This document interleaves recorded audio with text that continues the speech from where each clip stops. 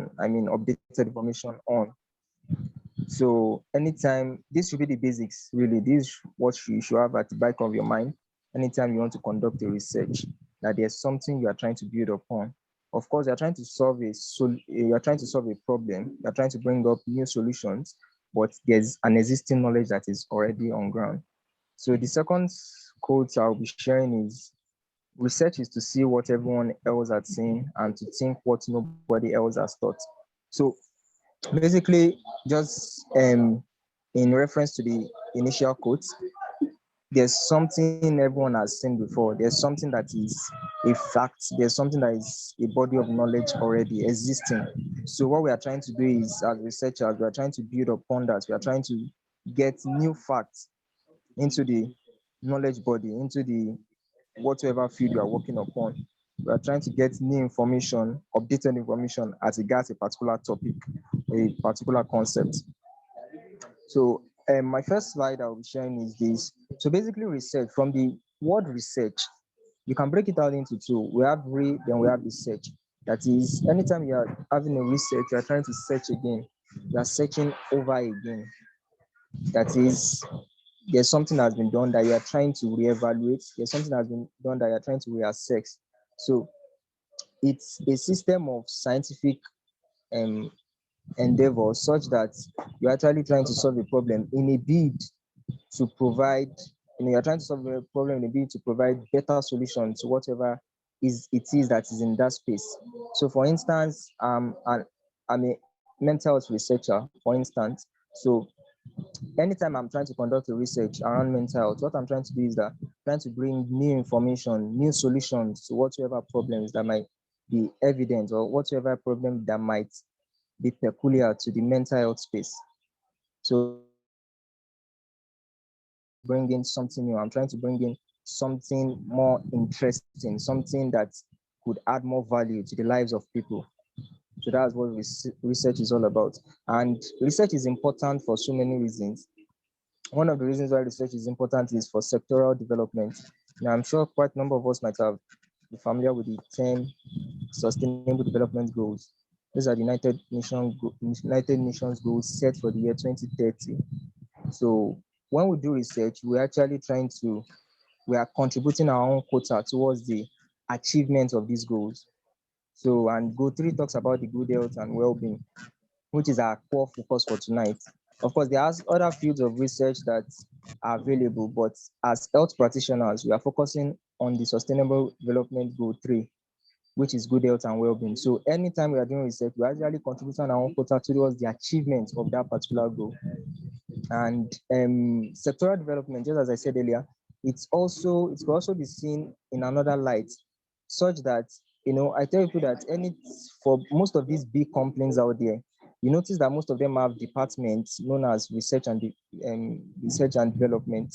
So there are certain departments in certain firms that are particularly for research and development. So anytime you conduct research, it should translate, or it should transcend into development in any space. That is the ideal. Even though in Africa generally, many a times when people conduct research, especially for undergraduate, the dissertation we conduct, many a times it doesn't leave the shelves of our supervisors. So it's not the ideal mode, it's not the ideal setting. Every time research is conducted, it should result in development. The second aspect you have to consider is innovation. So research also is very important in innovation. There's this innovation course I'm on presently, and there's something that we work with known as empiric research or empathy-based research. So empathy-based research is just a system of research such that for every point of your design process, you have to carry your users along. That is, you have to get feedback from your users to know the user's experience. So through that, you can actually build on your existing products to serve them better. That is one of the importance of research. So even in innovation, research plays an important role. It plays a key role, such that for us to achieve maximum innovation, for us to achieve effective innovation, we must consider that research is quite important. We must get the perspective of our users. We must always get feedback from our users so that we can improve on our existing products to make the user experience better. Then the third aspect I'll talk about is the aspect of policy making. And just as I said earlier, most of the undergraduate research that we have in Africa or that we conduct in Africa, most times it does not transcend the shelves of the supervisors. And ideally, those important information, policy recommendations have been made from those citations. Most of them are quite important. Most of them can translate into policies that can change the state of a nation, that can change the state of a country. So anytime we're actually working with research, we should have it in mind that it is to an endpoint. It is not just about doing research, getting the paper published, being a first author or being a second author, as the case may be. It's about development, it's about innovation, and it's about policy making. So just as I've mentioned, I'll just emphasize on those three again. Research should lead to innovation, research should lead to um, development, and thirdly, research should lead to policy making in a nation. So let me just go to the next slide. So basically, the next slide, why research? Why do we do research? Why do we conduct research? Basically, research is conducted to advance knowledge. That's the basic. So anytime we are conducting research, we are trying to advance knowledge. There's an existing body of knowledge that we are trying to contribute our quota to improve. We are trying to add our own quota to make things look better, to make things more suitable, to make the knowledge available better solutions to any problem in that particular space. So just as I made mention of earlier, the example I used was mental health. So for instance, we discovered that mental health problems are prevalent in, let's say, Algeria, for instance, Algeria as a country. So we could conduct a research to know the factors, the risk factors responsible for that. We could conduct a research to understand the prevailing factors that are responsible for that. And by so doing, that will inform us on the type of policies that governments can put in place or policymakers can put in place to mitigate these public health threats. So basically that's that. Then I'll talk about the two thematic areas of research. I like to group it in under two. The first one is impact, the second one is skill. So research basically it's meant to make an impact in the society. So anytime you're conducting research, you should have it in mind that you are trying to contribute your own quota of impact. You are trying to impact something, like you're trying to contribute your own quota to an available body of knowledge. That is the aspect of impact. The second aspect I would like to talk about is the skill aspect. Of course, many of us focus on the impact aspect. We neglect the skill aspect. Research is actually a skill. Research writing is a skill. In fact, it's a top skill. And for some of us that might be familiar with the system of in the academia, research, okay, for instance, though I'll still talk about this in details under career opportunities for researchers. Research actually exposes you to a lot of opportunities, and that's why it is a skill. It's a high earning skill. You can actually maximize your way around it. So such that there are actually organizations, there are institutions that will pay you to serve as a research assistant, or that will pay you to function as a research assistant. Yeah, most times we call them research assistants in their particular space, so that they can achieve their own results, and at the same time you are getting your own compensation out of it. So in the US, for instance, we see a lot of programs out there whereby they call out for graduate research assistants in partnership with a supervisor to get a particular project done with fundings available. So this is an aspect of research that I also like us to understand. So there are enormous opportunities available for researchers. You just have to build your capacity well and also know how to recognize these opportunities. So these thoughts, I don't know, I believe some of us might be familiar with the term research gates. If particular word research gates, kindly type in the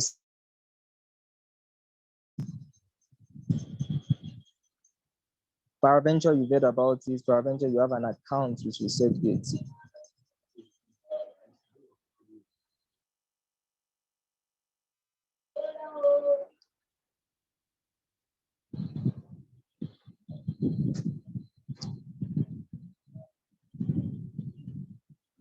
Okay, Innocent.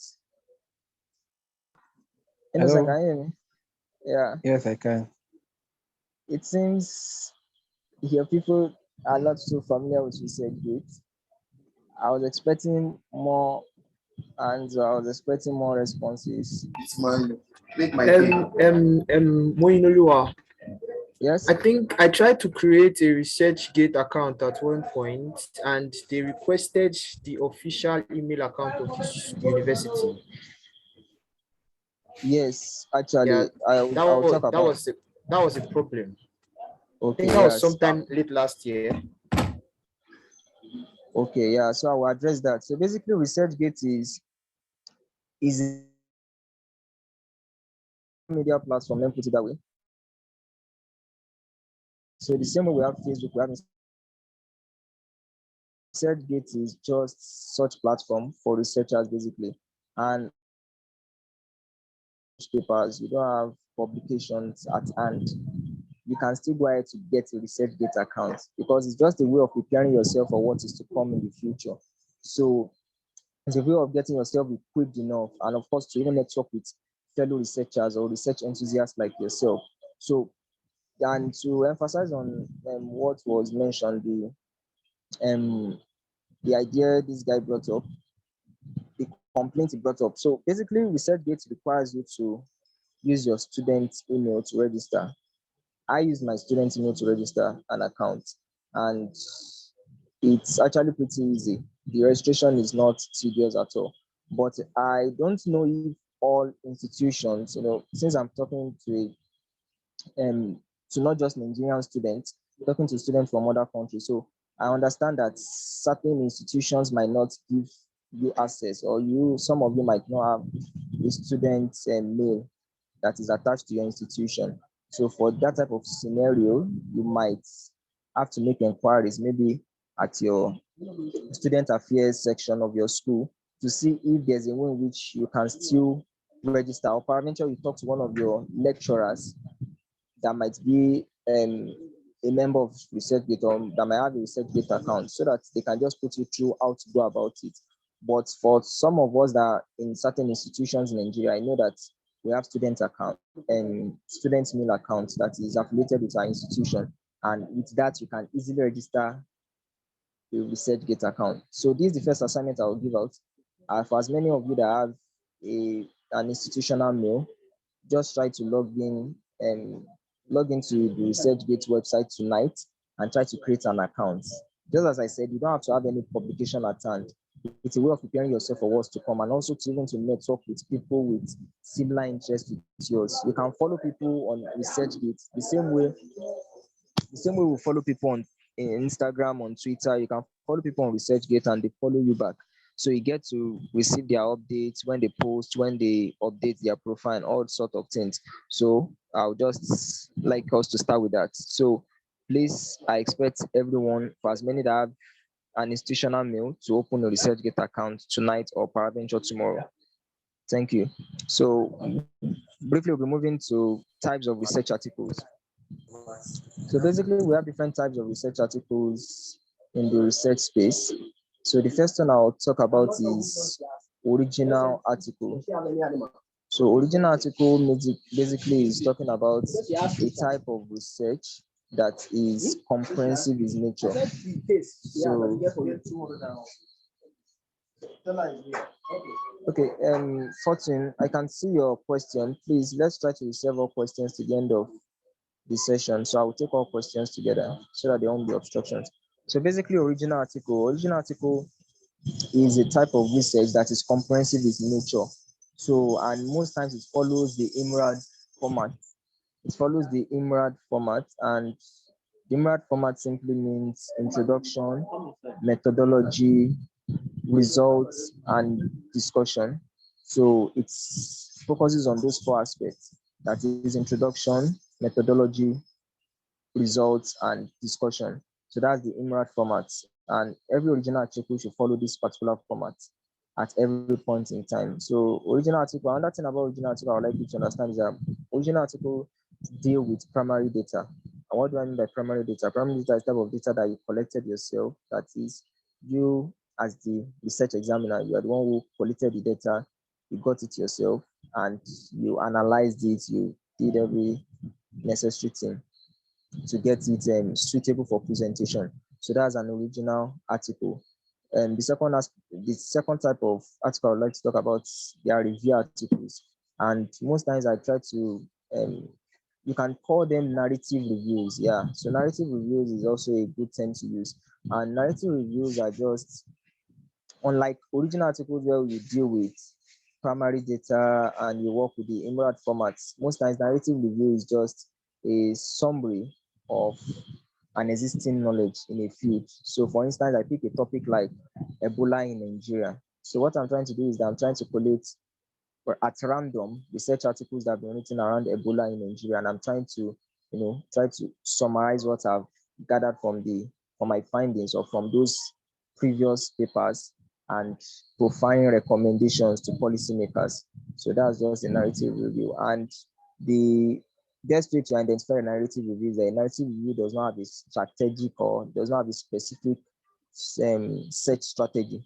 So there's no specific search strategy you are using when you're writing a narrative review. You could search at random. That is, I can go to Google Scholar, get some materials, go to PubMed, go to Web of Science, go to Scopus, as many as I can, just on a random basis. So I'm not following a particular format. I'm just picking them at random. And that's what the narrative review is all about. Short communications is closely related to original article, such that it's also comprehensive. It's also it deals with primary data, and it also follows the emerald format most times. However, the only thing is that short communications are not as comprehensive as original articles. So for instance, if I have an original article of, let's say, 5,000 words, the short communication version will be just 2,000 words. So it's still the same format, still the same system, but it's just a less comprehensive version of it. So for systematic review is also closely related to narrative review. The only difference is that for systematic review, there's a systematic way of going about the search. So the search is not just random like a narrative review. For a systematic review, I have a particular search strategy I'm working with. I have a specific search strategy I'm working with. So most times for a systematic review, I can choose, for instance, um, we have different databases. We have Google Scholar, we have PubMed, we have Scopus, and the likes. So I can choose, for instance, that for my systematic review, I want to focus on just Google Scholar and Scopus. So all my findings will just be based on those two databases. Then also I can choose that, okay, I want to search between the year 2010 and 2020. So my search criteria will be any article that is within that time frame. So any article that does not fall within year 2010 and 2020 will be discarded. I will not make use of it. It will not be part of my results, like when I'm collating my results. So basically, systematic review, I will just define it as a system of collection of evidence within a specific eligibility criteria. So there's always an eligibility criteria when you are talking about systematic review. And the next one is letter to editor. Letter to editor is also an aspect of research or a type of research article, such that what to do in this case is you send a letter to the editor of a journal, just trying to give your opinion concerning a particular matter, concerning a particular discourse. So most times it comes in an informal way. It's not so formal like the other types of articles. So for letter to editor, what you do most times is you can even send it as a mail. You can send it as a mail. You just send it as a mail to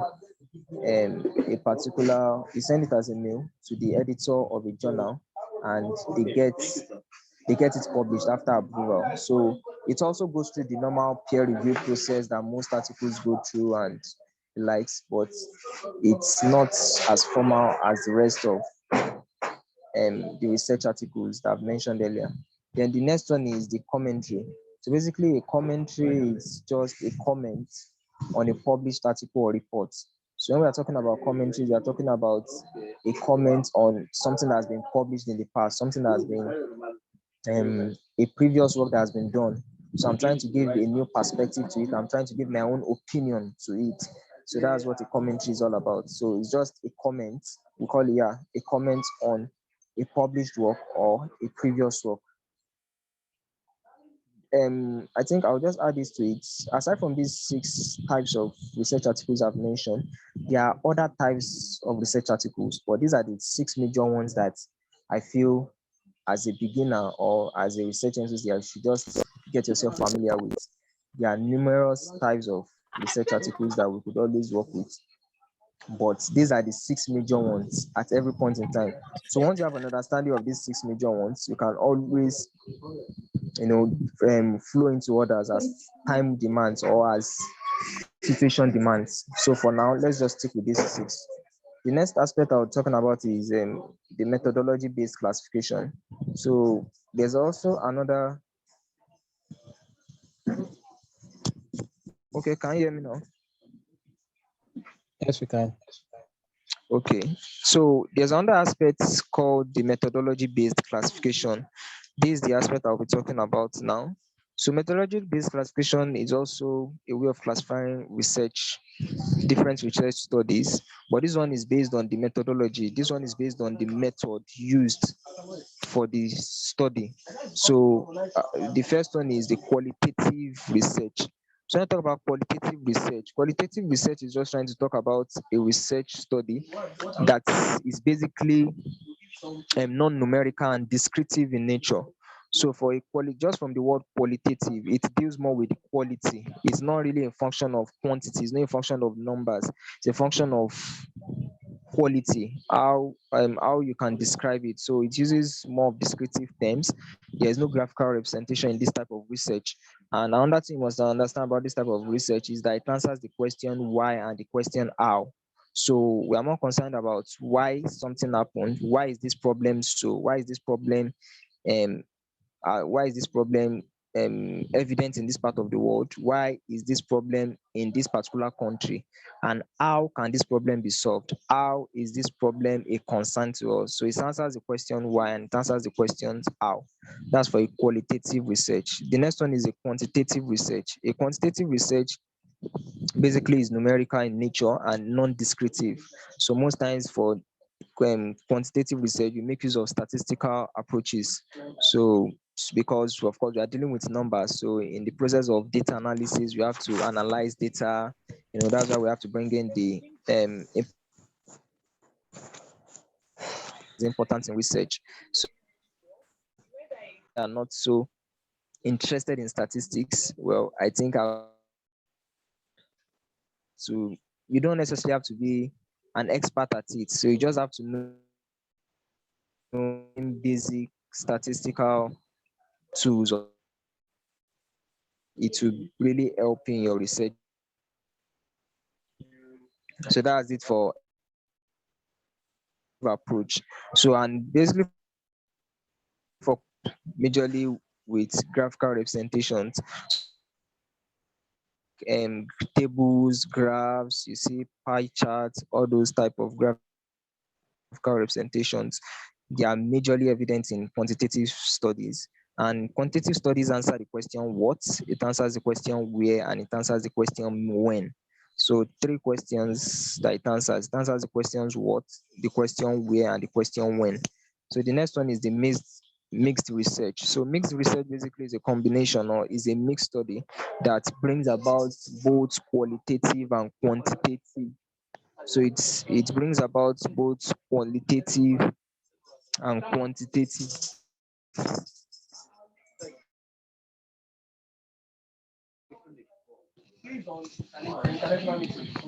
So a mixed research deals with a combination of qualitative. So for qualitative, just as I said, qualitative is non-numerical in nature, descriptive, and non-descriptive. But in a mixed study, we have a combination of these two. We can see both the quantitative approach and also the quantitative approach. That's for a mixed longitudinal study. A long is a system of research, longitudinal study we are working with, but we take our data. So for instance, maybe we pick a particular population group. Let's say, for instance, we pick a population group of, in a particular IDP camp, we pick a population group of, let's say, the married women in an IDP camp. So we are trying to conduct a study to observe certain, let's say, for instance, the mental health condition of married women in an IDP camp. So we collate, we collate our results over a period of time. So let's say we collect our results from the month of January to the month of July to see how the differences in our results, the differences in whatsoever we've collated, how it can affect our solution, how it can affect our recommendations. So the next aspect is the cross-sectional one, which involves different groups, but at the same time. So for a cross-sectional study, we are working with different groups, but we are taking the values, we are collecting our data at the same time. So we have, let me share this with you. So this explains it better. So for a cross-sectional study, we are working with, let's say, for this type of graphical representation, we are working with three groups, and we are collating results from those three groups at the same time, at the same point in time. So, but if we are going to conduct a longitudinal study of this kind, we'll just pick one of the groups and we'll conduct or we'll collate our results over a period of time, let's say 3 months, 6 months, in that pattern. So those are the two comparison, or those are the two differences between a cross-sectional study and a longitudinal study. So but another additional information is that a cross-sectional study is, let's say, it helps to save time. Yeah, so a cross-sectional study is a study that you carry out within a short period of time, but a longitudinal study takes longer duration. So a longitudinal study can take 6 months, then a year, as the case may be, just for you to be accurate with your result, just for you to get data that will be useful to whatsoever you are trying to find, or to whatever problem you're trying to solve. So the next aspect I'll talk about is the literature search and review. So basically, anytime we are conducting research, you have to first start with a literature search. We have to start with a literature search. And the reason why we do literature search is, just as I said earlier, research is building on existing knowledge. So there's something someone somewhere has done before concerning that particular topic, on that particular space that you are trying to build upon. So you have to conduct a search, you have to conduct a review, as we call it, to understand what has been done so far and how you can come in to improve the available information in that space.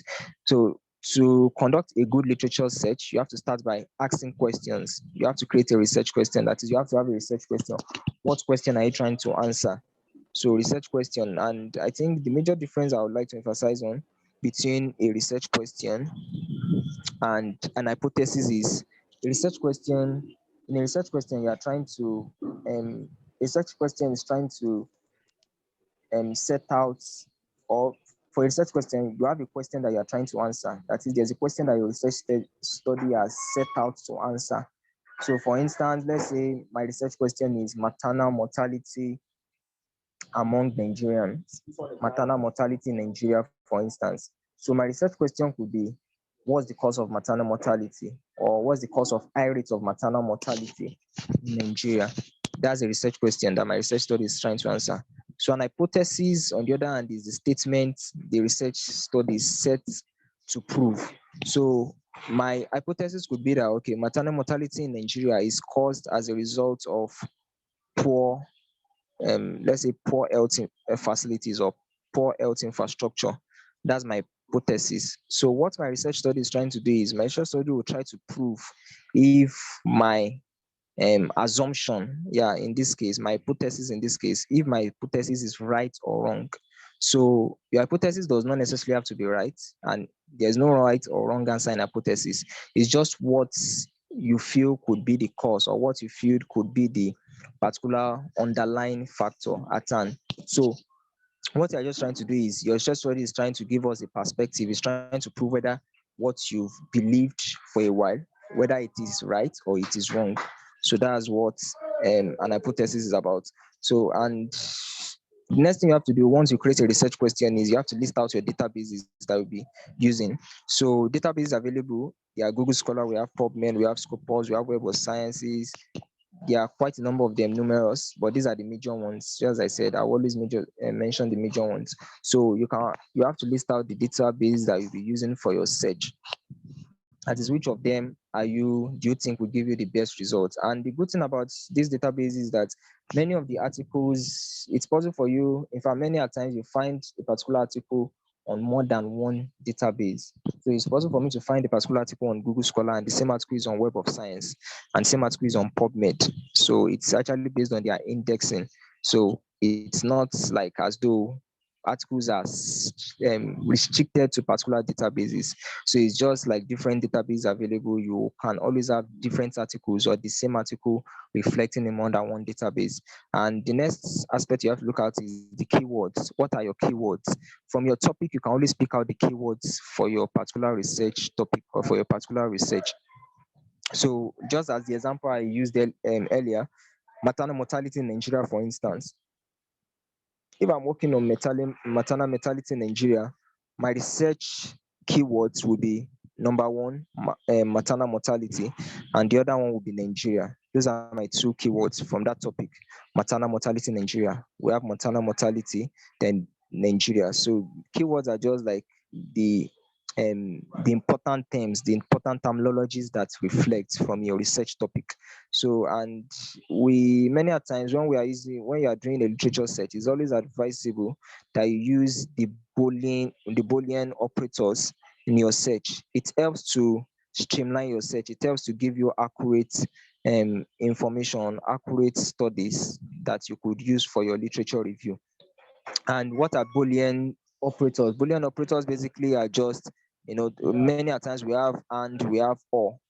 These two major ones are Boolean operators. So, for instance, I want to have a search on the effect of COVID-19 or the effect of COVID-19 amongst young adolescents, the effect of COVID-19 among young adolescents. So what I would do in that type of scenario is I'll just pick um, COVID-19 effects. Then I would enter COVID-19 effects. At the same time, I will enter and. The and will be in capital letter. So it will be in capital letter, COVID-19 effects, and then I will enter the second keyword will be adolescents or young adolescents. So in that type of scenario, I've combined my two keywords in my search box for whatever database I'm using, and I've added a Boolean operator. So the Boolean operator and will help to streamline studies that have both young adolescents and COVID-19 effects in their makeup or in their write-up. So in that way, I will have my article streamlined instead of just searching directly for COVID-19 effect and searching directly for young adolescents. I've brought about these two keywords. I've brought these two keywords together to have a streamlined research results or search results, as the case may be. So that's what Boolean operator is all about. So as you use it for Google Scholar, it's very easy to use. Google Scholar is even, in fact, one of the easiest database you could always use. So just go on your Google Scholar anytime you want to have a search, at least from your topic. Once you're about to start your literature search and you have a topic at hand, just pick out the keywords and add them, combine them using Boolean operator. Boolean operator and makes it that it's just trying to give you an inclusion criteria that okay, I want to see these two keywords in my search results. Why the Boolean operator or is just a sort of is a selective system such that it could be either A or B. So that's just the whole idea behind Boolean operators. Then once you are done with that, you can make your search. You can go about with your search, and you just have to keep. Many a times you don't have to. You might not work with that single search term. You might have to keep tweaking it to suit your taste. So, and the best way to tweak your search terms is by using synonyms. So there are always synonyms or synonymous words to your keywords. So you could always make use of synonymous words to your keywords in your search term. So for instance, maybe one of my keywords is humanitarian setting, for instance. Like one of my keywords is humanitarian settings. So I could also use a synonym or a synonymous phrase I could use in place of that could be conflict zones.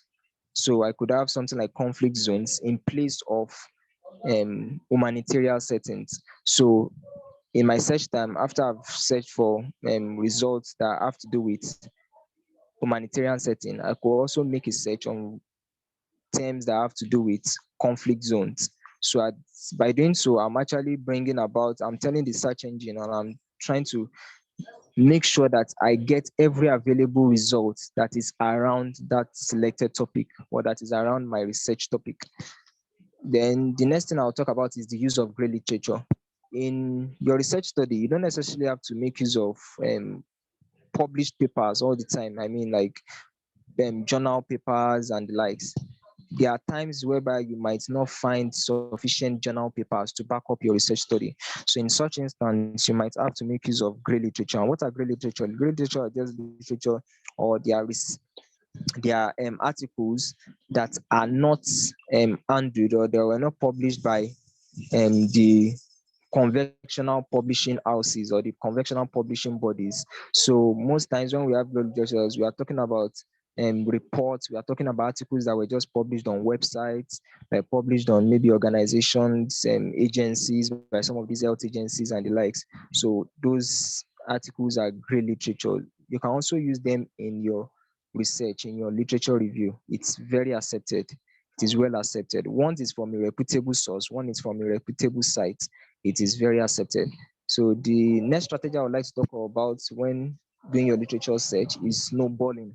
Snowballing is a strategy that many researchers use during literature search, and it's very effective because, just as I said, it's not all the time, or you can't always find sufficient information on whatever topic you are working on.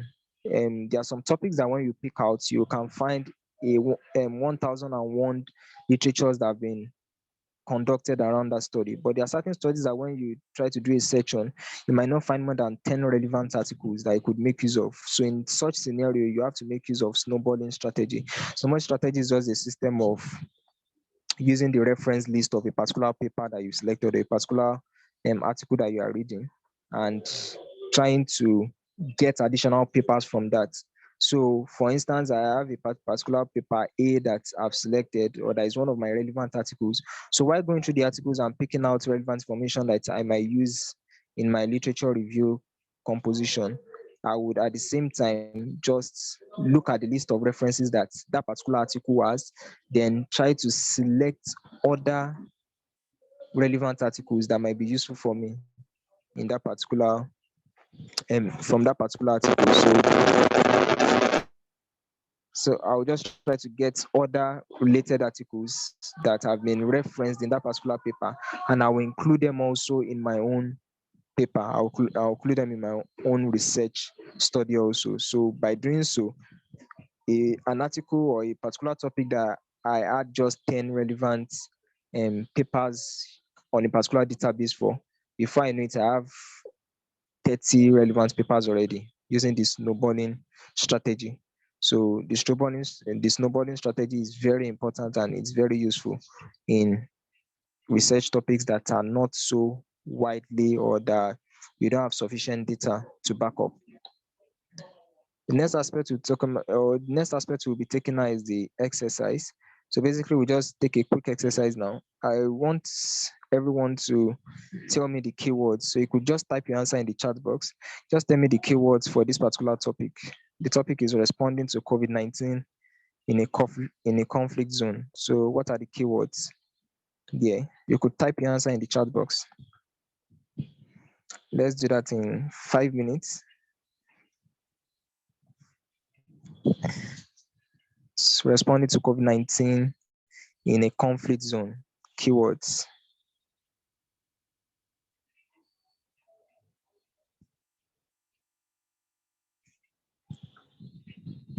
Okay, I can see lovely answers.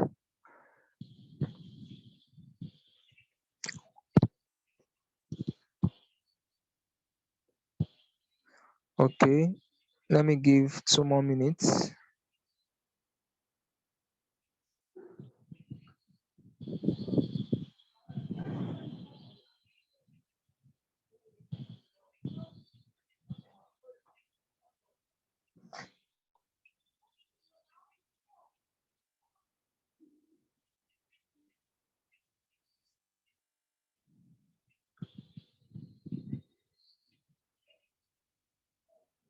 Okay, keep it coming, keep it coming.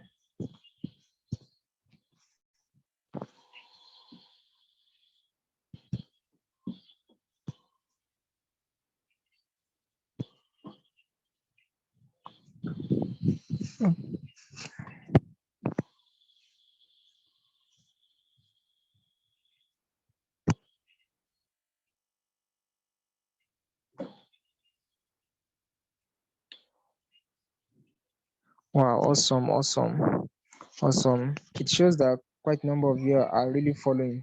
So basically, I'll just give the answer.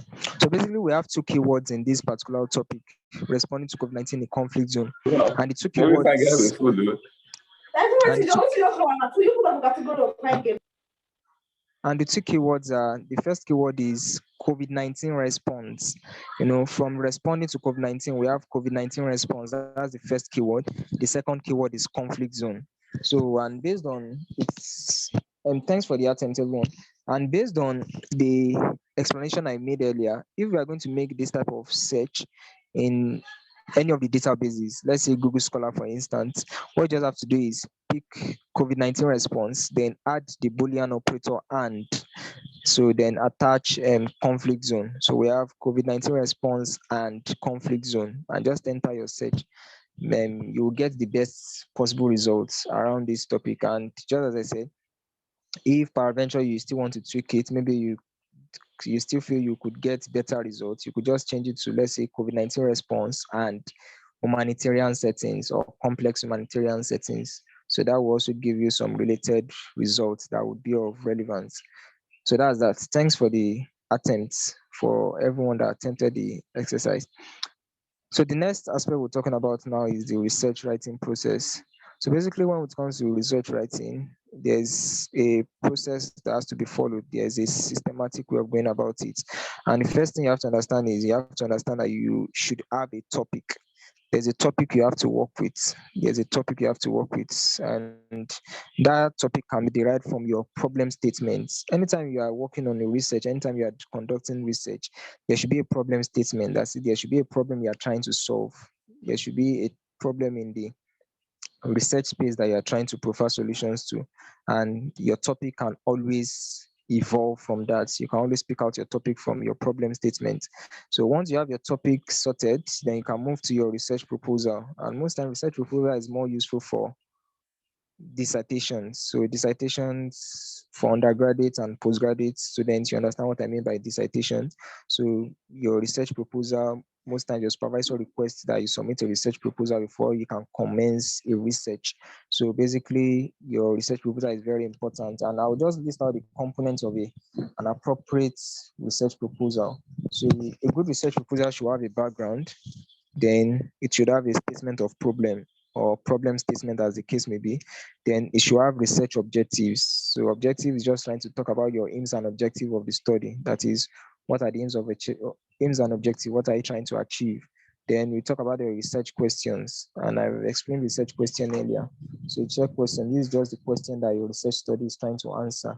So then we have the research methodology. That is, what are the methods that you're trying to use? What are the materials and methods you're trying to use? Then you talk about the significance of the study. How important is this study to the research body or to research space? What new information do you hope to contribute, or what additional knowledge do you hope to contribute to the global knowledge concerning that topic? Then the last aspect is assumptions and limitations. So if you just try to give your assumptions, hypotheses, then possible limitations that you might confront in the course of the study. So that's how an ideal research proposal should look like. Then the next aspect I'll talk about is the ethical considerations. So ethical considerations, just trying to talk about, I'm sure quite a number of us have followed, for those of us that have done a dissertation before, you must have followed a sort of ethical consideration, though this is not required of every study. This is not necessary for every study. It's just specific to certain studies. And these are studies that either have to do with humans. When you are dealing with humans, that is, you have to interview humans.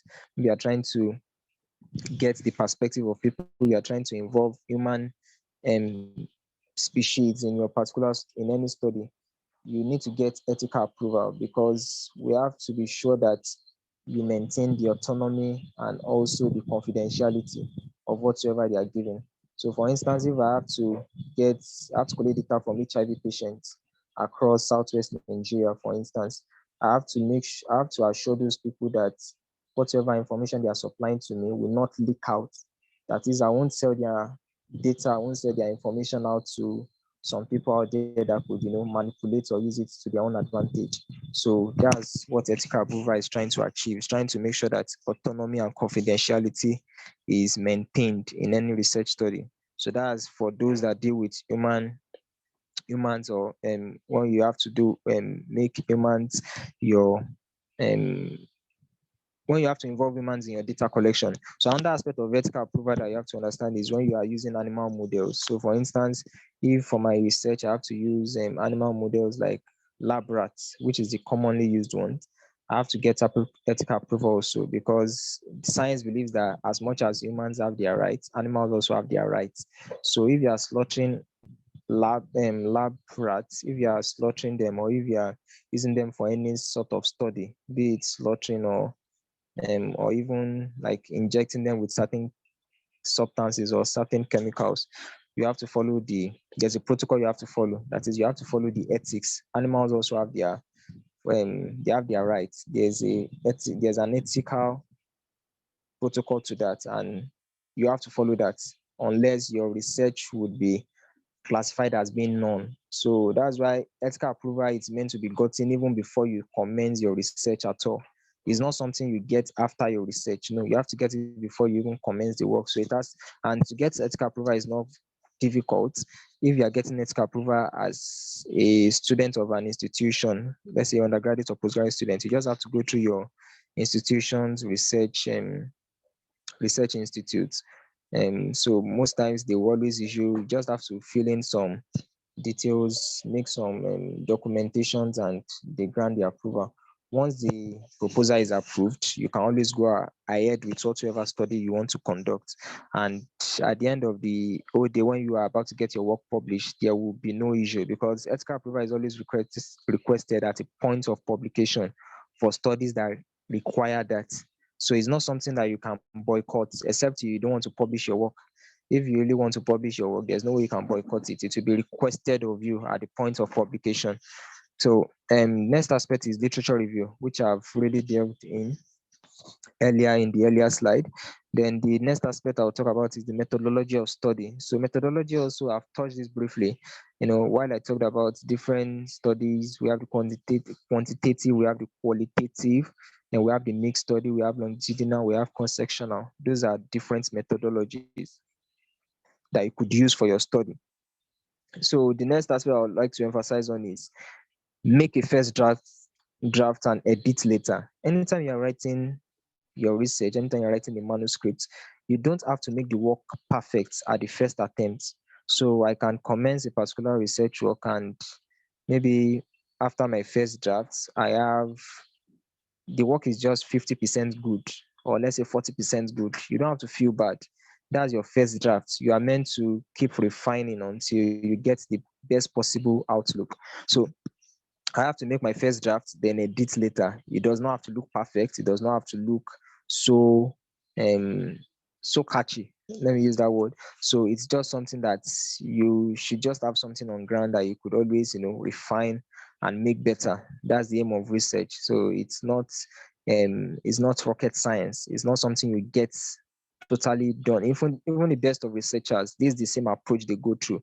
They make a first draft, they send to friends and colleagues to review, then they make edits before they finally get it published.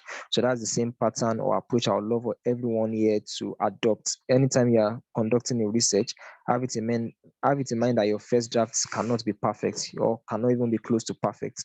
So you are just trying to work on something that could give you a leverage that you could always refine, and you could always edit for the suitable outlook. So the next aspect I'll emphasize on is the grammatical and plagiarism checks. For anytime you write a research paper, you have to understand that there's a high tendency for you to have committed some grammatical errors and also to have plagiarized to some extent. So it's not a crime when you commit grammatical errors or when you plagiarize at your first draft. It could happen unconsciously, but it is actually a crime when you go on to send that type of work to a publishing house or a publishing firm to publish for you. That's when there's a big problem.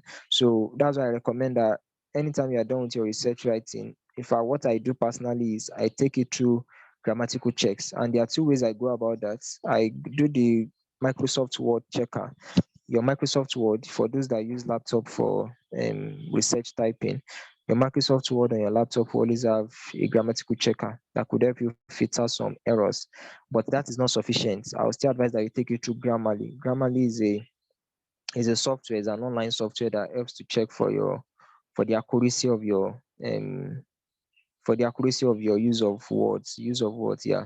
So it's one software that a lot of people use, and in fact is well recommended for researchers. Then the second aspect is plagiarism checks. I won't talk about that now. I'll talk about that in the subsequent slides. So let's move to the next aspect.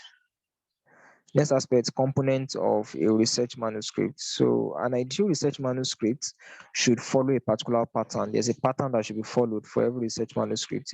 Even though this pattern is not totally generic for every type of research, because I made mention of it at one of the earlier slides that there's a pattern that is expected for um, an original research article, there's a pattern expected for a review article. So each of those types of research, they have particular patterns that are followed. So, but the general components, or let me say the basic components that most research manuscripts have, include these. We have the title. The title is the core. In fact, that's what gives flesh to whatever you've done. You have to have a title that resonates with whatever work you've done. Then you talk about the abstracts. Abstracts basically talks about a brief summary of the whole work.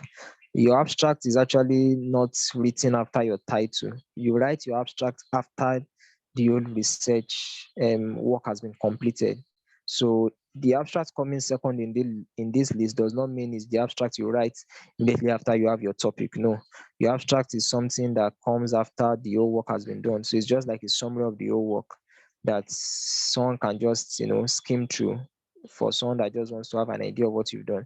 So the next aspect is keywords. So you have to understand that you need keywords also. Keywords, those are the terminologies or terms that help people to locate your work easily using databases. So that's what I was trying to explain when I gave the exercise the other time, that there are certain topics that should have certain keywords. So your topic should give you an idea of what your keywords should look like. Then the next aspect, introduction. We have introduction, just the basic background of what has been done previously as regards the topic. Then methodology talks about materials and methods. When we have your results, which is your core finding. Then discussion section is trying to relate your findings with what others have done in the past. So discussion section and results, they are closely related, but the major difference is results just tells us about your findings, like squarely. There's no addition, there's no subtraction. But what discussion tries to do is discussion section we try to relate whatsoever you found with what others have done in the past. So for instance, let's say I discovered something as regards COVID vaccine, and maybe for instance I discovered that COVID vaccine, let's say the Pfizer edition, I discovered that it is in let's say I discovered that okay, a it has an adverse effect. For instance, it has an adverse effect the on the on those that take it, on those that the recipients of the vaccine. So let's say that's what I found in my study. What I'll try to do is I'll try to relate that particular finding with what was found in other studies that have been conducted concerning COVID vaccine.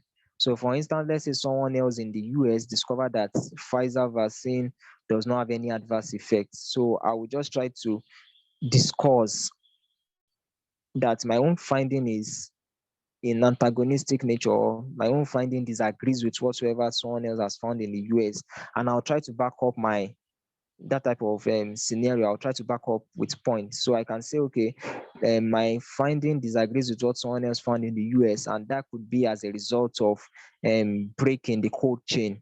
Maybe by the time the vaccine was imported to Nigeria, the cold chain was not maintained. So there was a breakage in cold chain. So that led to so and so. So that is what a discussion should look like, trying to relate what you found with what others have found and trying to bring a balance to the whole situation. So then the recommendation and discussion is just a way of wrapping up your own work. And acknowledgement is just a short note of appreciation to those who helped or to those who contributed to the success of your research.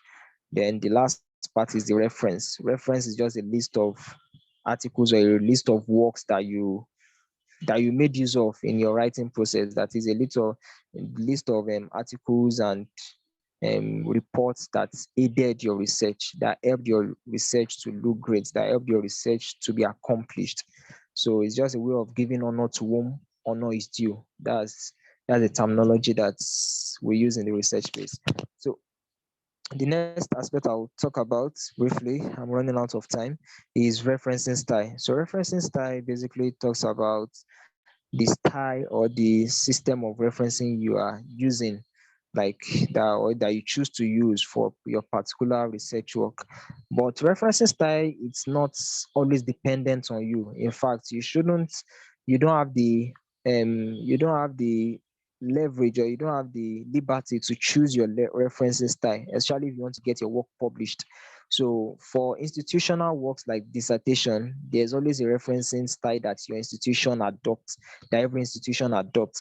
Why, if you are just doing a personal work and you choose to publish it, there's also a referencing style that each journal adopts, that is accepted by each journal. So the reference style you're going to use for your work is not whether it's not a question of whether I like Vancouver over Harvard, or I prefer Harvard style to Vancouver style. No, it's a function of what is requested of me, or what is required of me for the journal I'm sending my work to, what is required of me of by my institution that I'm submitting my research project to. So that's what referencing style is all about. And Vancouver style, which is the most popular, as I would say, is just the style that deals with the numbering system. So such that immediately after citing a particular work in your in-text or in your main write-up, immediately after citing a particular work, you put a number there, though it actually should be in the order at which you cite those works. So you put a number, the first work you cite should take number one. So, and at the end of the whole work in the referencing list, then that will be the corresponding one. That is when you write out the full details of the particular work, it should be corresponding with what you've written in your in-text. So the next style, which a lot of people also use, is the Harvard style. The Harvard style is just a system of, including the author's first, or the first author's name in your in-text work. So for instance, let's say I started the work by Bolaji.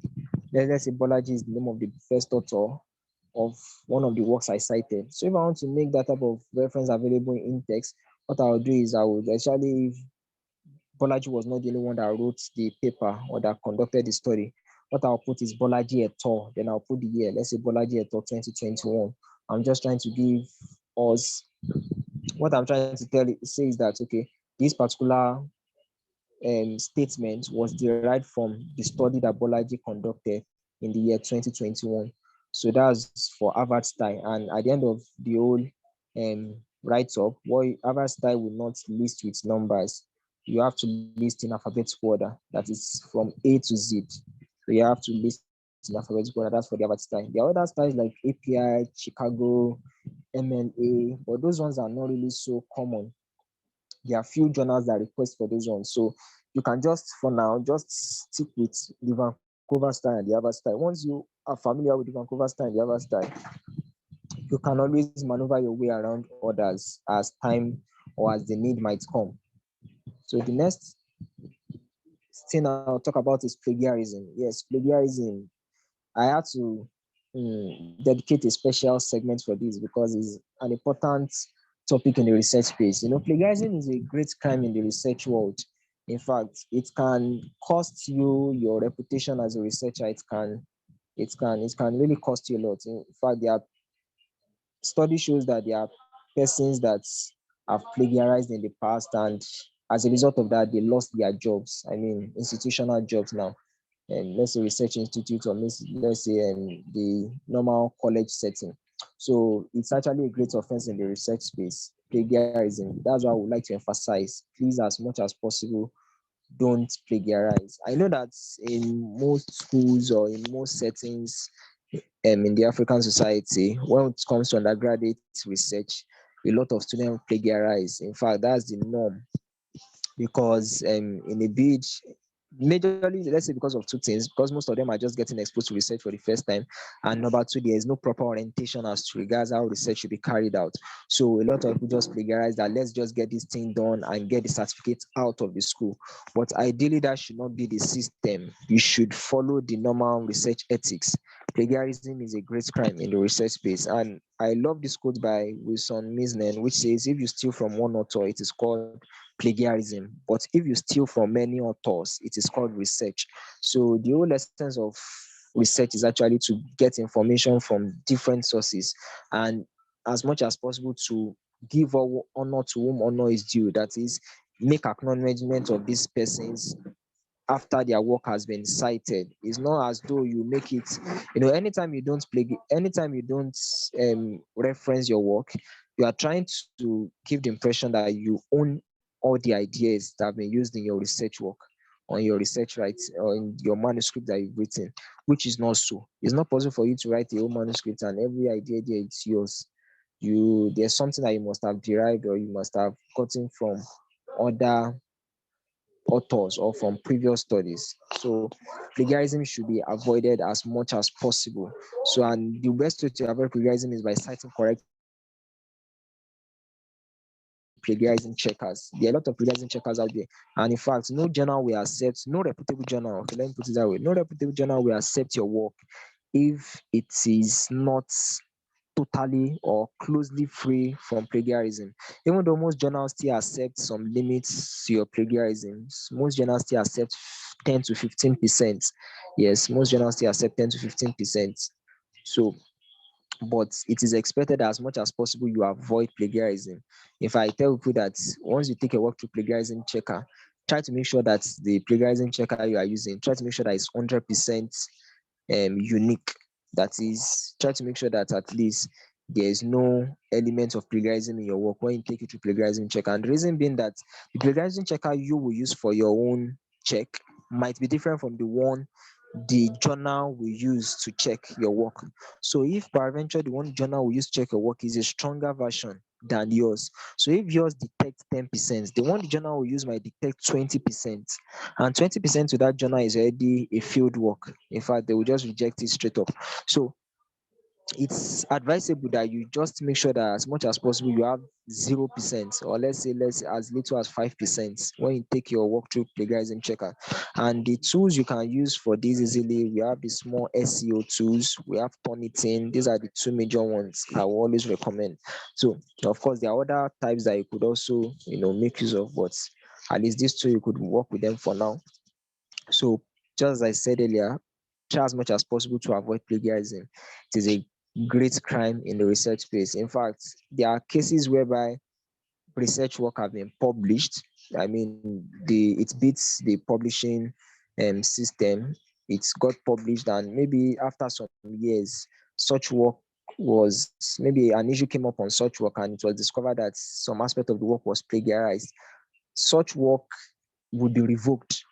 Imagine someone has published the work, the work is already online, everyone has celebrated the work, and after 5 years, 10 years, the work is revoked from the journal because plagiarism was detected at a point in time. So that is not really so good to your reputation as a researcher. So as much as possible, try to avoid plagiarism, try to stay free from it. It is avoidable. So the next aspect, or close to the final aspect I'll talk about, is publishing. So fine, we've done our research, we've written all the whole paper, we've done the needful. What's next? What's next thing to do is to get the work published, because one of the reasons why we advise people to publish any research work is actually your work is not meant for you just alone. You are not doing research just for yourself. You are doing research to contribute to a body of knowledge. So it's essential, it is expedient that you publish your work anytime you conduct a research. And the first rule to publishing is avoid predatory journals. We have a lot of predatory journals out there, a lot of journals that are just interested in your money, because ideally most of the journals or most of the publishing firms will request for a publishing fee. Even though there are exemptions to the cases, there are quite a number of journals that don't even request for any fee, and some of them grant fee waiver. But there are also journals that request for fees for them to get your work published. So for such journals, there are good number of them that have, there are a good number of journals that have come up as a result of that, just to exploit people, because they know that, okay, a lot of researchers believe that, okay, to get your work published, you have to pay a little token. So some of them just come up, which are not reputable, and they just, swindle people of money, swindle, get money from people, and eventually discover that your work was published in a journal that cannot even be referenced outside, a journal that Google Scholar cannot recognize, a journal that most of these databases cannot even track. So that is not a good way to go about it. That's why one of the things I advise people to do is that before you publish your work in any journal, try to check the impact factor. The impact factor, every reputable journal should have an impact factor. An impact factor increases as the standard of the journal increases. So for instance, a journal like Lancet, which is the most reputable medical journal currently, has an impact factor of 60, while some smaller journals have an impact factor of 2, 3, 4, as the case may be. So you know that definitely before you can publish in a place like Lancet, there has to be some level of expertise. As a young researcher publishing your first work, you don't expect to get published in a journal like Lancet. You get, so those type of journals require some years of expertise, experience before you can get published there. But you could always start with journals of lower impact factor, but make sure that they are reputable. That's the key. Make sure that the journal is reputable, is a peer-reviewed journal. Any journal you are sending your work with, it should be a peer-reviewed journal. Peer-reviewed journal in the sense that your work will be taken through peer review. There should be at least 2 to 3 reviewers that will go through your work. I mean, anonymously, and they will try to give their verdicts as regards whether your work is suitable for publishing or publication or not. So that's the whole essence of peer review journal. So other people it's just to ensure that other people go through your work and they can conveniently approve of your work. They also agree to whatever viewpoint you've brought on the table, and they can comfortably say that, okay, this work is suitable for publishing. Editor, you can go ahead with this. But however, it's not totally in the hands of the reviewer to determine whether your work will be published or not. The editor of the journal has the final say. So it's possible for your reviewers to approve of your work that is suitable for publication, while the editor of the journal will say, no, this work is not going anywhere. So it's really a two-way thing. Of course, your reviewer actually have to give good comments about your work, but at the same time, your editor has to your editor has to approve of your work. The editor has to give the final verdict of your work. So basically, that's that for publishing. So I'll just talk briefly on career opportunities around research in 2-3 minutes before I close this session. So career opportunities in research, we have number one, graduate research assistantship. I'm sure quite a number of us, sorry, I'm sure quite a number of us are familiar with this term, graduate research assistantship. It's actually a terminology that is used most times for postgraduate studies outside the country or outside or in okay, no, let me say outside the country, really. Most countries have it. So it's a terminology that is used in developed nations, let me put it that way, for research assistants or for graduate students, such that as much as you're a student studying in those schools, gaining trying to get a particular degree from the school, you could also work as a graduate research assistant, that is supporting your supervisor in his or her research projects, and you get compensated for it. So it's actually a career opportunity. So it's actually a career opportunity that a lot of people exploit these days, especially in developed countries. There are a lot of opportunities around it. There are enormous opportunities, and It's a system of actually getting your, anytime you get a graduate research assistantship slots as a researcher, you definitely have to, you definitely be on scholarship. So definitely your studying in the school will be free, and also you get stipends for that period of time, for that period of your study. So it's really a good way to really kickstart your career as a researcher, such that you get the experience and also get the monetary compensation to whatsoever you are doing. Then another career opportunity available is research institutes. We have quite a number of them around the world. Research institutes are also available for you as a researcher, where you could also, you know, maximize your research skills. Then the next aspect is the government agencies. Quite a number of government agencies are out there that are ready to recruit researchers, or that give opportunities for researchers to work with them on certain projects that would benefit humanity. Another aspect is the consulting firm, biotech. These are private firms most times, and they also have research and development departments that researchers can always function in, working hand in hand to ensure that everything is running smoothly in the organization, and how you can improve on the standard or on the system of the organization. Then the last aspect I'll talk about is pharmaceutical firms. So we have pharmaceutical firms like Pfizer and some of these common ones that produce vaccine and some other pharmaceutical products. So you discover that many of them also need researchers, because for many of these outputs, for many of these products that they get out, there's a level of research that has been done, that has approved, that has made those works approved. So before, for instance, before a vaccine can be released out there, there are a series of researches that must have been done to ascertain that this particular vaccine is suitable, or this particular vaccine is safe for use. So that's where research comes in place. So these are some of the career opportunities that you can always explore around research. And you could always, make further study on some of them, for some of us that might be interested in any of the six I've mentioned. So you could make further studies on them to just see how you can fit in and some of their basic requirements. So additional materials, I will give you.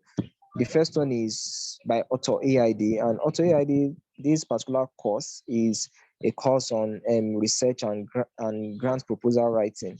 The program will start in the month of September, that is next month, and the course is going to take you through research writing, at the same time take you through grant proposal writing.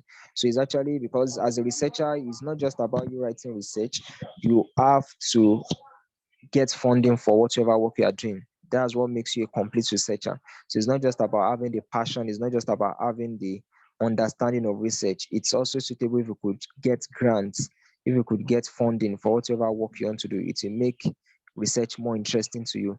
Then the second aspect is the second course is this plagiarism course by Indiana University in the United States. So it's also one course that I highly recommend for young researchers. You could go through the course, get the best out of it, at least get your hands more on plagiarism materials, know the techniques as regards plagiarism and how to beat plagiarism checkers. So that's that for the second material. So with that, I think I'll just wrap up the class for tonight.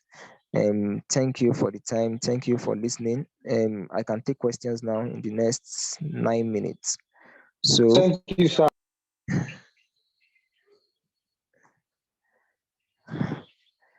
Yes, you are welcome. So questions, you could Okay, if you speak want if to you ask like. question, just raise up your hand, then I will unmute you.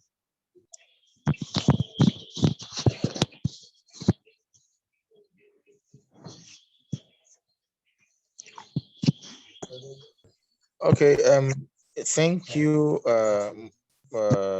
Mr. Thank you, presenter. Sorry, let me get the name properly. Thank you, Moyinoluwa. Yeah, thank you, Moyinoluwa, for this rendition. I really appreciate it, and it's been impactful and insightful at the same time. So you have taken me, or rather, you have taken us towards the part of research at and if there's anybody that is not here is really missing a lot. So my question is this: on getting ethical clearance, does it have to call? Okay, now for example, let me take an example. Now I'm conducting a research on the knowledge and attitude of adult female adolescents on mental health in Africa. Am I supposed to get an ethical clearance from every center that I'll be conducting the research, even if it is a questionnaire-based research that will be taken online? So how do I go about the ethical clearance certificate? Okay, thanks for the question, sir. I don't know if you got So, my question. yes, yes, I got your question.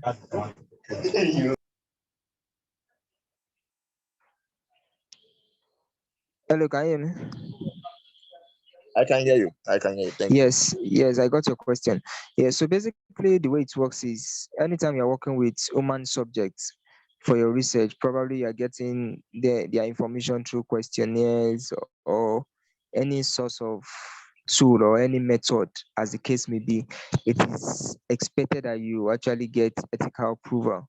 So, but based on the location that you said now, like since it's not a single location, is across broad. So in that type of scenario, it might be difficult, if it's just online. Let's say you just throw it open to the online like public. So definitely someone from the United States can fill it, someone from Ghana can fill it, someone from any other location can fill it. It's not strictly to a particular location. So what you just have to do is you have to contact with, for every particular region, for every particular what they call it, region, as the case may be, there's always a body in charge of ethical approval. So what you just have to do is you have to make them understand the type of study you are conducting, and they would know how to best attend to that. Because just as I explained earlier, the whole essence of it is to maintain autonomy and confidentiality of whatever information you are getting from them. So it's not for any other reason, it's for these two major reasons. And if you are getting their information, if you are getting some basic data from these guys, you have to show the journal that you've actually done the due diligence in terms of getting the approval that shows that every information you got from them is safe and it's not going to be revealed to a third party. So, and just as I said, the ethical approval is not necessarily for you. It's just to help you in your publication process, because journals will always request for it once they know that you made use of this human subject and that type of scenario. They always request for it. So it's better to play safe and just get it. And once you get it, it covers um for the period, or it covers for the group of people, the population that you must have observed during that period of study. I hope that's clear. Okay. Thank you very much. I think I grabbed what your thoughts are. However, I think I'm missing it a little bit. For example, okay, you said if can you hear me? I can hear you. So if I'm conducting for Nigeria, so I will get ethical clearance for my location in Nigeria, and for somebody that will be responding, for a participant that will be from Ghana or from Tunisia, I'll have to get ethical clearance from Tunisia Ethical Research and Ethics Committee, and I'll get from Ghana Research and Ethics, National Research and Ethics Committee for Ghana. Is that what you are? Is that what you're saying, sir? No. That's not what I meant. What I meant is for your own location where you are located. So you get for your particular location and it covers for all. You understand? So you don't have to, you need just one to be submitted in your process of publication. You don't need to get from different countries. You just have to get one that has been approved by your own consortium, or by your own by the agency in your own country. Ethics It Committee. covers for all. Yes, by the ethics committee in your country, it covers for all. Okay, thank you very much. Yes. Okay. So Good afternoon. Thanks, Mr. Oladoye, for your presentation. Uh, please, could you repeat the outline of a research proposal? Okay. Okay, I'll do that once more. So I said for a research proposal, the first thing you have to understand is, or first thing you have to include is the background. So you have to include a background, then followed by a problem statement. There should be a problem statement. Then the next thing is the research objectives. That is, this one is talking about the aims and objective of the study, what you hope to achieve with the study. Then the next is your research questions. That is, what are the questions your research study is trying to answer. And next is your research methodology. Methodology talks about materials and methods that you are using for your research study. Then the next one is the significance of study. That is, what value is your study bringing on board? What's the significance of whatever thing you are doing? And the final aspect is assumptions and limitations. So what are for assumption, basically, it's just hypothesis. What's your research hypothesis? Then the limitations, what are the likely limitations that you might face in the course of study? I hope you got that. Yes, I got it. Thank you. Yes, you're welcome.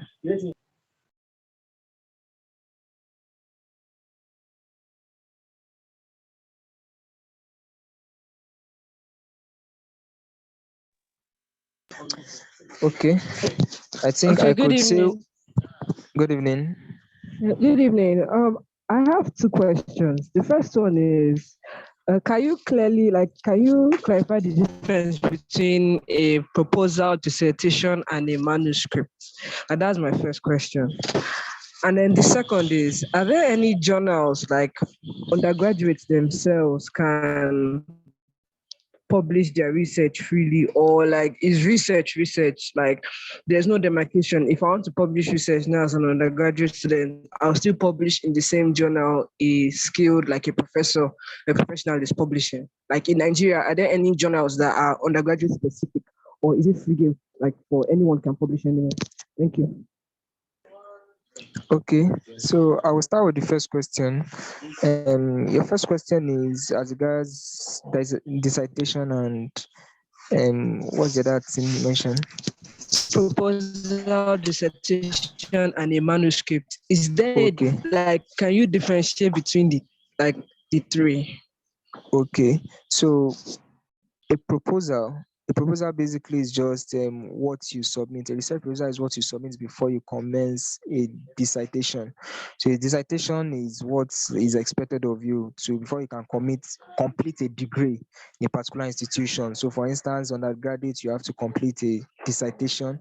For your postgraduate also, you could have to complete what we call a thesis. So those are the requirements before you can, especially for a research-based study or a research-based program. So those are the requirements before you can be certified for that program. But a proposal is what you submit to your supervisor, that your supervisor will go through before the dissertation can be approved for commencement. So you submit a proposal before you commence your dissertation. I hope you got that. Yes, So then for the manuscripts, it's an abridged version of your dissertation. So most times dissertation might, for instance, my dissertation in school back then, it was over 100 pages. Of course, when you want to publish a work, you can't publish a work of 100 pages. I mean, in a journal, no journal will accept 100. I mean, when I mean 100 pages, I'm talking about Microsoft Word. No journal will accept 100-page manuscript from you. So because a manuscript is expected to have, in fact, most of them will give you word limits. Let's say 5,000. Some of them might, for systematic reviews, might take up to 10,000, but most of them will tell you 4,000, 5,000. So what you do when you want to convert your dissertation to a manuscript is you just have to delete some irrelevant things or some not irrelevant things now, some not so important things. Let me put it that way. So you just have to give it a summary look. So by so doing, in fact, most of the journals will tell you specific things they want to see there. So most times for a dissertation, you have things like literature review as lengthy as 16 pages. But when you are writing or when you are submitting your manuscript, you just have to submit a manuscript that most times just has an introduction, a short introduction, the introduction methodology, you talk about your results, then your discussion. Most manuscripts will not request for you doing an extensive literature review. So the extensive literature review is more for your dissertation. When you are coming towards the publishing aspects, to the publishing phase, what you just have to do is remove those excesses and just let them see the major findings, like the basic findings that you've made. And trust me, that would make it fly.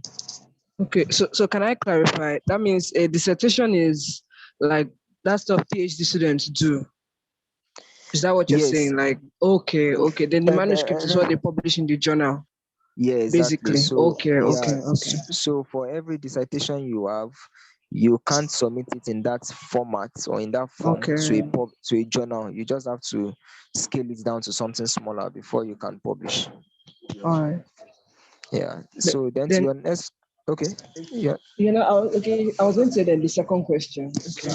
Okay. Yeah. Let me just address second question as regards. You said the second question is as regards. The second Okay, question if is there are that any journals, like for undergraduates specifically, or if I want to publish research, will I still do it in the same, like, let's say ResearchGate, will I still publish it there? Like, is there in Nigeria, is there any research journal for undergraduate students?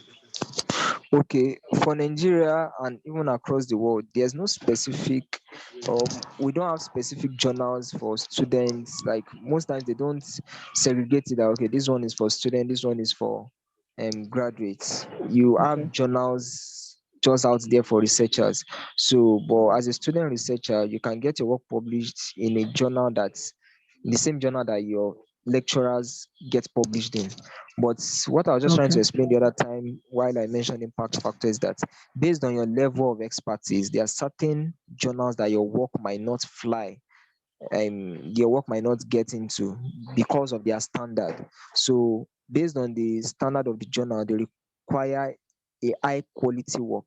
And based on your own experience, peradventure you have just 6 months experience in research, you might not be able to deliver that type of quality to get approved in that type of journal. So for that type of journal, you see more of professors, you see more of PhD holders getting published there. And that's why I made Lancet an example. Lancet, most times, most people that get published in Lancet are professors, some of these top research guys. So there are people who have years of experience in research. But as a young researcher, most times it's easier to get your work published in journals, reputable journals do, but not as standard. I mean, not with the type of standard that we have in a journal like Lancet. So it's just a building process. As you grow in your research, skill, you actually get to publish in higher journals, like bigger journals. So it's just something that you just have to build from the scratch. So there's no limitations to it. You just have to follow the process. All right. Thank you very much. That's clear. Yeah, you're welcome. Yes, thank you. Yes, I saw some questions in the chat box. Let me just address one or two. Okay. Those that don't have institutional mails, how you open ResearchGate without one? Okay. As regards that. Hello. Yes. I can hear Okay, you. sorry. Don't. Yeah, thank you very much. I also have another question to ask. Now, my question is about when you were saying something about grammar checkers and then plagiarism checkers. Sorry, I couldn't get that part of grammatical checkers as regards the how to correct them, because I know that some researchers pay editors to not, is it editors? I might be getting the name wrong. Pay grammar checker, something like that, to go across their manuscript before submitting to the journal they want to get it. Okay, yes, I understand your question. So basically, what I explained then earlier was before you get your work out there or sent to journal, you have to take it through grammatical checkers. And I said the basic one you can always use is the Microsoft Word checker. That's if you are working with a laptop. So your the Microsoft Word software on your laptop, it has a checker, so such that it's take your work through basic grammatical checks or errors before you even complete, or by the time you are even writing your work. So you can make use of that at a basic level, but that is not sufficient because it does not do a thorough work to it. In fact, the use of what is use of concord and everything, grammar and subject verb agreement, it doesn't do justice fully to that. So you might need a more advanced software like Grammarly. That's why I recommended Grammarly. Grammarly will do a more thorough work because Grammarly is an advanced grammatical checker. So Grammarly will take you through a lot of, process, and your work will look or will appear better using Grammarly than just um, adjusting or by just sitting with the Microsoft Word.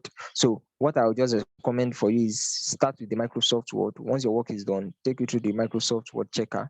Once you are done, then you can translate that work to your Grammarly checker. Grammarly will do a better work for you. And as regards the paid work that you also talked about, fine. I understand that there are certain people that can help you do that, but I believe some of them actually would not do much more like than what Grammarly will do for you. So Grammarly is like a build system. It's is a build system. It works at a very efficient rate. So I expect that anything Grammarly is giving to you should be what the standard you get that you can get from any paid person or any paid contractor.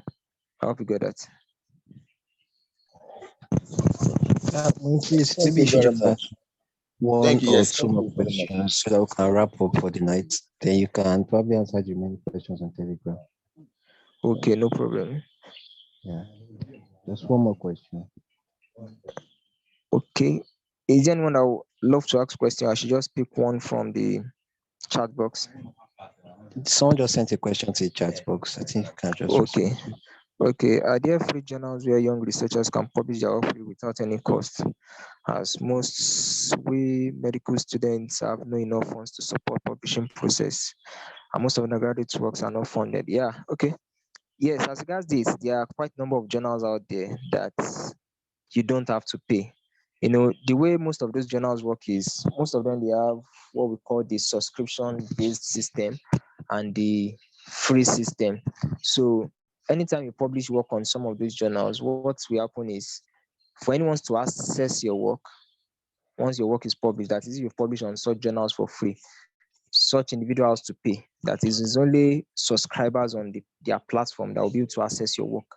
But when you go through paid the paid version, anyone that comes over to the journal will be able to access your work. So the reason why most people prefer to go for the paid one is because your work gets to reach a larger audience. You get, so for instance, I publish a work and maybe the subscribers on the platform are just 2,000. So it's just those 2,000 can access my work. But let's say the journal receives a daily visit of 10,000.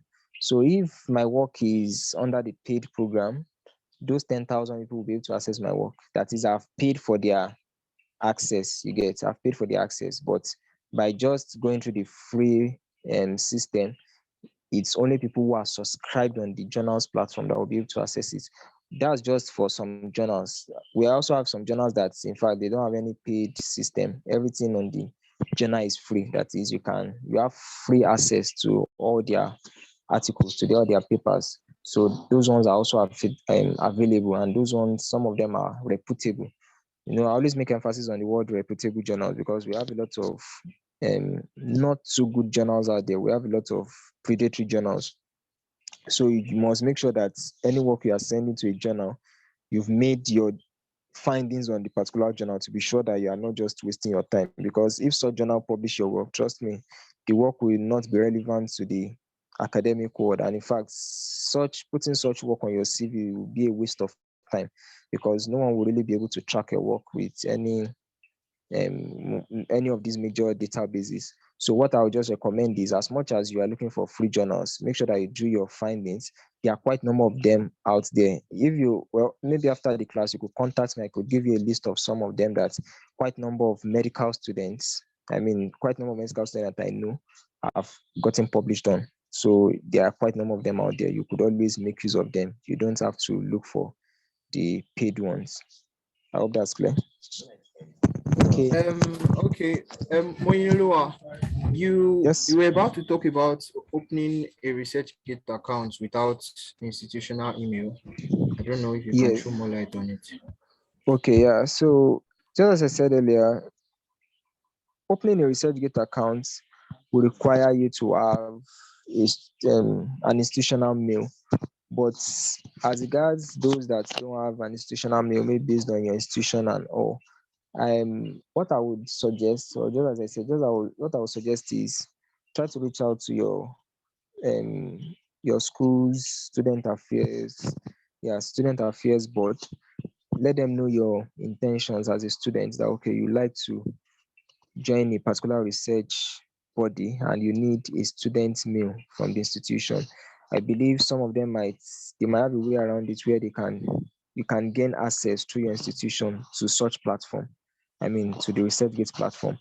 But presently, I don't know of any way in which you can get yourself registered on ResearchGate with your private email address. I don't know if it's possible, but I don't think so, because as at the time I registered my ResearchGate account, I had to use an institutional mail. I don't know the current terms and conditions as regards opening accounts with ResearchGate, but at the time I opened mine, it was strictly institutional mail. But I'll try to make a finding on that and get back to you. Okay. Thank you so much, Moy. I think any other person that have questions, I will send Moy's WhatsApp number on the Telegram group. Then you can probably message him privately, or you can ask the message on the Telegram group and he will respond to the messages. Yeah. Yes, thank everyone for this time. Thanks for the attention. I hope you had a lovely session. So for those that still have further questions, you could reach out to me privately or through the Telegram channel, just as Innocent suggested. Have a great night rest. All right. Thank you very much. Thank you, every other person that has questions, as Moyin said, in the Telegram group. And in the absence of my Scotty, I believe I will tell everybody good night. Good night, everybody. Good night, everyone. See you next week. Thank you very much. Good night. Good night. Good night. Good night. We hope you're getting the slides.